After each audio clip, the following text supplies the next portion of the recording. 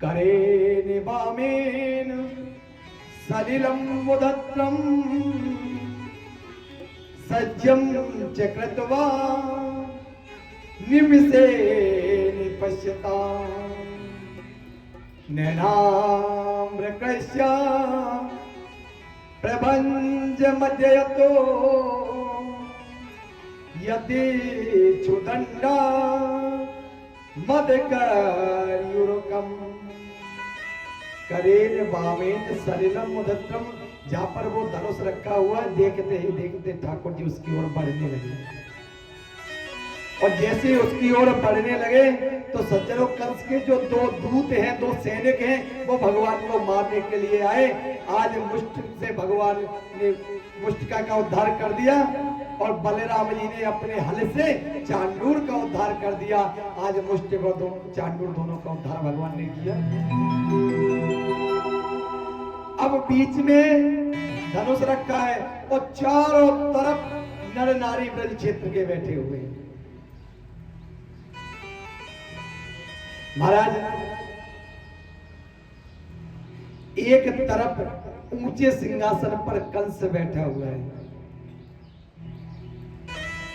भगवान जब कृष्ण वहां पहुंचे तो कृष्ण बोलने लगे बलराम जी से, दाऊ भैया अगर आपकी आज्ञा हुए तो ये धनुष को उठा के देख लें।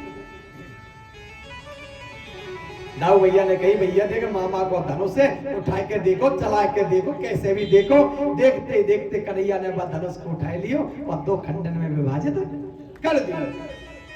अब जब धनुष के दो खंड कर दिया भगवान ने, कंस समझ गया अब मेरा अंत समय आ गया।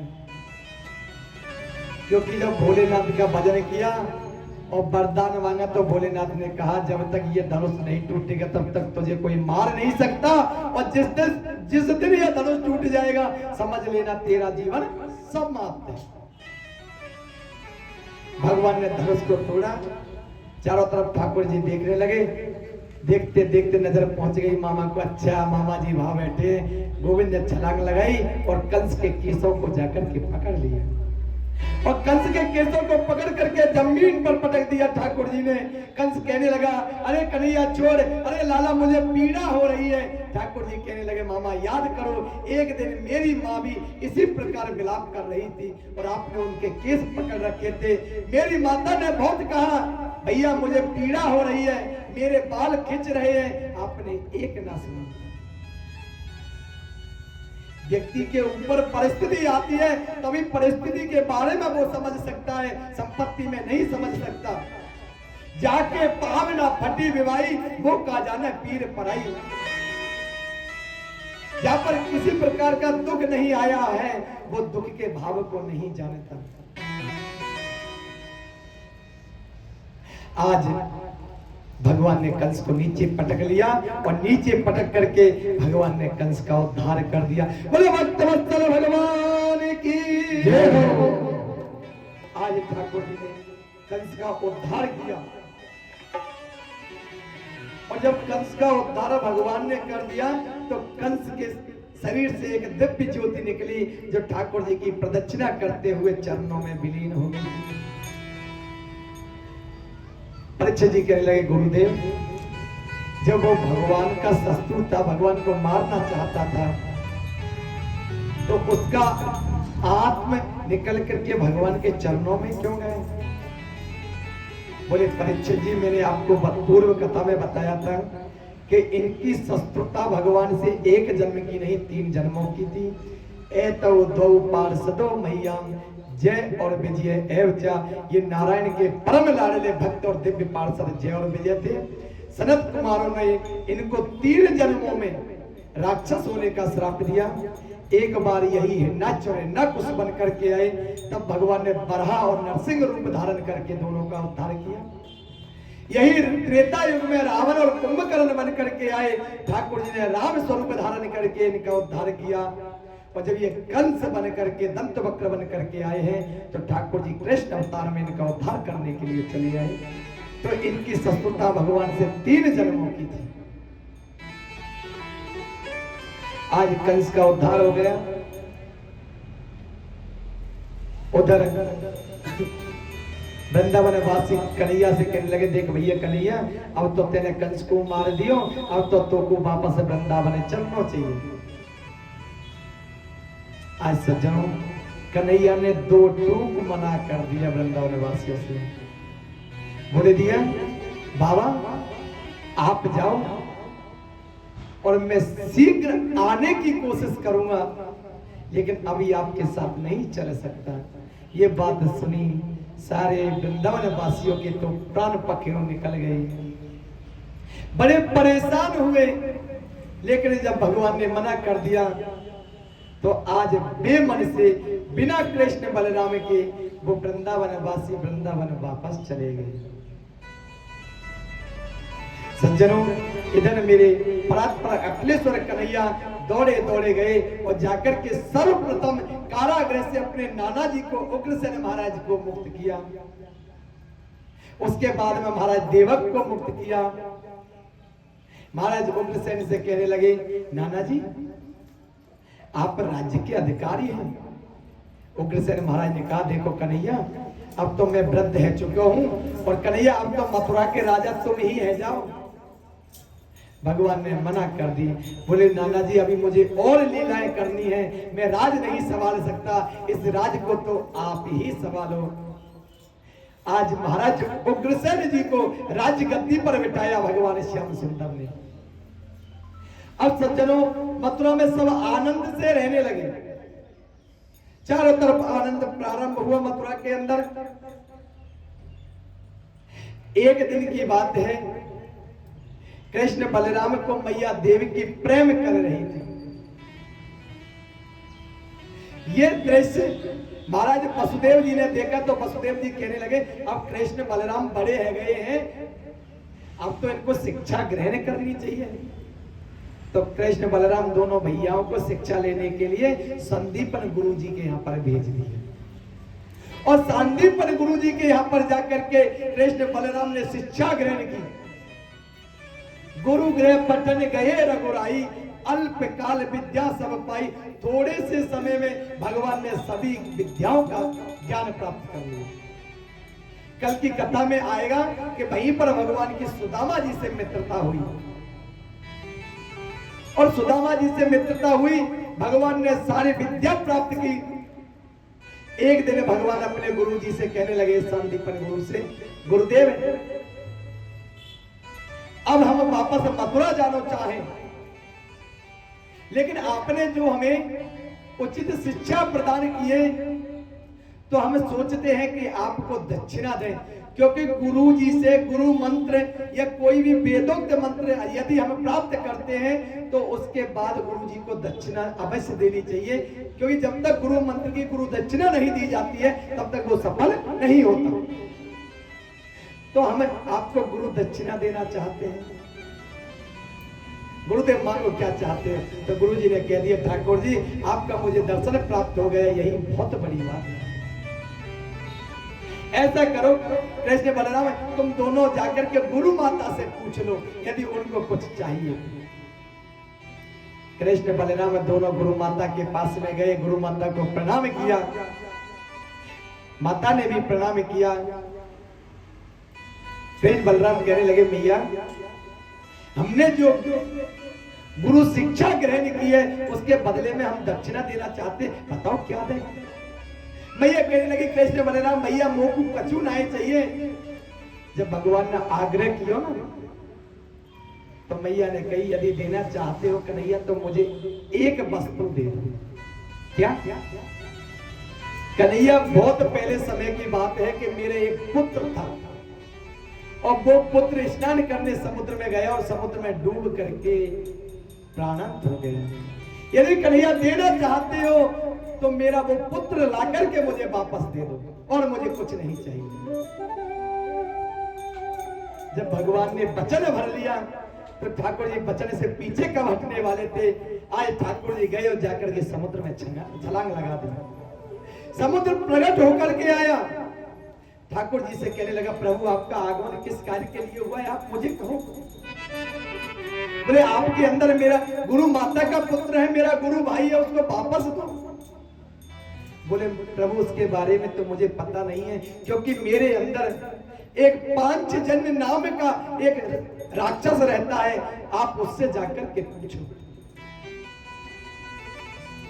भगवान सीधे उस पांचजन्य नाम के दुष्ट के पास में पहुंचे।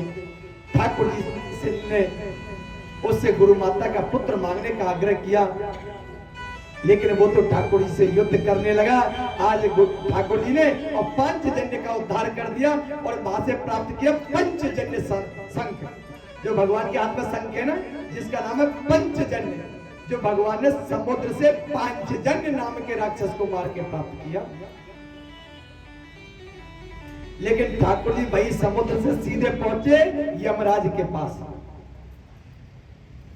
अब आश्चर्य की बात यह है कि यमराज भगवान का बहुत सम्मान करता है, और उसको पता चला कि ठाकुर जी पधारे हैं, तो यमराज खुद चल करके दरवाजे पर आ गया और दरवाजे पर ही ठाकुर जी का निवेदन किया, लेकिन अपने भवन में अंदर नहीं बुलाया। भगवान को अंदर नहीं बुलाया यमराज ने। ठाकुर जी ने जाकर के कहा, आपके यहाँ पर मेरी गुरु माता का पुत्र आया है, आप उसे ला करके वापस दे दो। यमराज ने भगवान का गुरु भाई ला करके वापस दे दिया, लेकिन अंदर नहीं बुलाया। परीक्षित जी कहने लगे, गुरु जी ये बताओ, जब भगवान उसके धाम में पधारे और फिर भी उसने अंदर नहीं बुलाया? बोले यमराज जानता था, क्योंकि यमराज के पास में कौन जाता है? जो पापी है, कुटिल है, कुविचारी है, और ऐसे लोगों से यमराज का पूरा भवन भरा पड़ा है।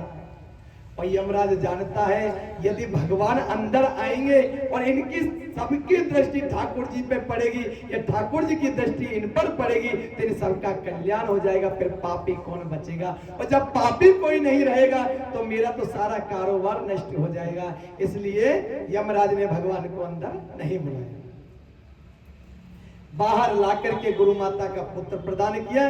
ठाकुर जी लेकर के आए और लाकर के गुरु माता को दे दिया। बोले भक्त वत्सल भगवान की जय हो। ठाकुर जी गुरु माता को और गुरु जी को बार बार प्रणाम करके और मथुरा पुणे वापस आ गए। अब एक दिन की बात है, मैया देवकी ने कन्हैया के लिए 56 प्रकार के व्यंजन तैयार किए, भोजन ग्रहण करावे के लिए। थाल परोस दियो, कन्हैया के सामने रख दियो, लेकिन कन्हैया ने जैसे बात थाल को देखा तो कन्हैया के दोनों नेत्रों से आंसू निकलने लग गए। दोनों नेत्रों से आंसू निकला भगवान के से। भोजन को एक ग्रास ग्रहण नहीं किया ठाकुर जी ने। और ये दृश्य जब देवकी मैया ने देखो तो देवकी मैया तो परेशान है गई, ऐसी मुंह से कौन सी भूल है गई जैसे ठाकुर जी रुदन कर रहे, दौड़ी दौड़ी वसुदेव जी के पास में गई। प्रभु कन्हैया रो रहे हो है? वसुदेव जी कहने लगे, देवी उनके स्वभाव से मैं भी परिचित नहीं हूं, क्योंकि जब मैंने कन्हैया को और गोकुल में छोड़ा तो कन्हैया एक दिन का भी नहीं था, कुछ समय का था। आज कन्हैया 16 वर्ष का हो गए, तो उनके स्वभाव से मैं परिचित नहीं हूं, क्योंकि बचपन का और युवा का स्वभाव भिन्न होता है। ऐसा करो देवी, उद्धव परम ज्ञानी है, उद्धव को बुला के लाओ, उद्धव ही कन्हैया से बात करेगा। मैया ने जाके उद्धव से कहा, उद्धव आए। उद्धव जी समझाने लगे कन्हैया को, कन्हैया क्यों रो रहे हो? कन्हैया जब उद्धव जी ने कहा तो उद्धव जी से कन्हैया कहने लगे, भैया उद्धव, आज मुझे वृंदावन वासियों की याद आ रही है। आज परम लाडली उस किशोरी राधा रानी की याद आ रही है, आज मैया यशोदा की याद आ रही है। उधर तू ना जाने, मैया यशोदा को अपनी गोदी में बैठा करके और अपने हाथ से ग्रास ग्रहण करावे, भोजन ग्रहण करावे, मेरी चूटी को बूत देवे और वो छोटे छोटे सखा मुझसे बहुत प्रेम कियो करें। सरस किशोरी बयस की थोरी रति रस बोरी कीजे कृपा की को श्री राधे। आज उस परम लाडली श्री राधा की मुझे याद आ रही है। हे उद्धो, एक बात और है कि जितनो प्रेम मुझसे वृंदावन वासी करे ऐसो प्रेम तो काऊ नहीं करे। और उद्धव तू मेरा एक काम कर दे भैया। उद्धव कहने लगे कन्हैया हाँ कहो कहा काम है, कहो कहा काम है। भैया उद्धव तू एक बार और वृंदावन चलो जा और जाकर के देख मेरे बिना वो वृंदावन वासियों को कैसो हाल है, वो कैसे अपनो जीवन निर्वाह कर रहे हैं, जाकर के देख। अब उद्धव को तो अपने शास्त्रों पर अभिमान है। उद्धव कहने लगा अरे कन्हैया कहाँ भेजते हो मेरे शास्त्र की परिभाषा को। वो गांव के वृंदावन के गवारिया क्या समझे जिन्होंने कभी पाठशाला का मुख भी नहीं देखा हो। कन्हैया ने कही उद्धव मैं तुझसे यूं थोड़ी कह रहे हूं कि तू महीना 6 महीना रुकियो, तू आज चलो जा, कल रुक के परसों वापस चलो आइयो, उनकी कुशल 6 में पूछ आइयो। अब जब इतनी बात कही और भगवान उद्धव से कहने लगे उद्धव मैं सबके बिना रह सकूं लेकिन मैया यशोदा परम लाडली राधिका रानी बाबा नंद और उन ब्रजवासियों के बिना भक्तों के बिना कभी नहीं रह सकता। उद्धव मोहि ब्रज बिसरते नाही, उद्धव मोहि ब्रज बिसरते नाही।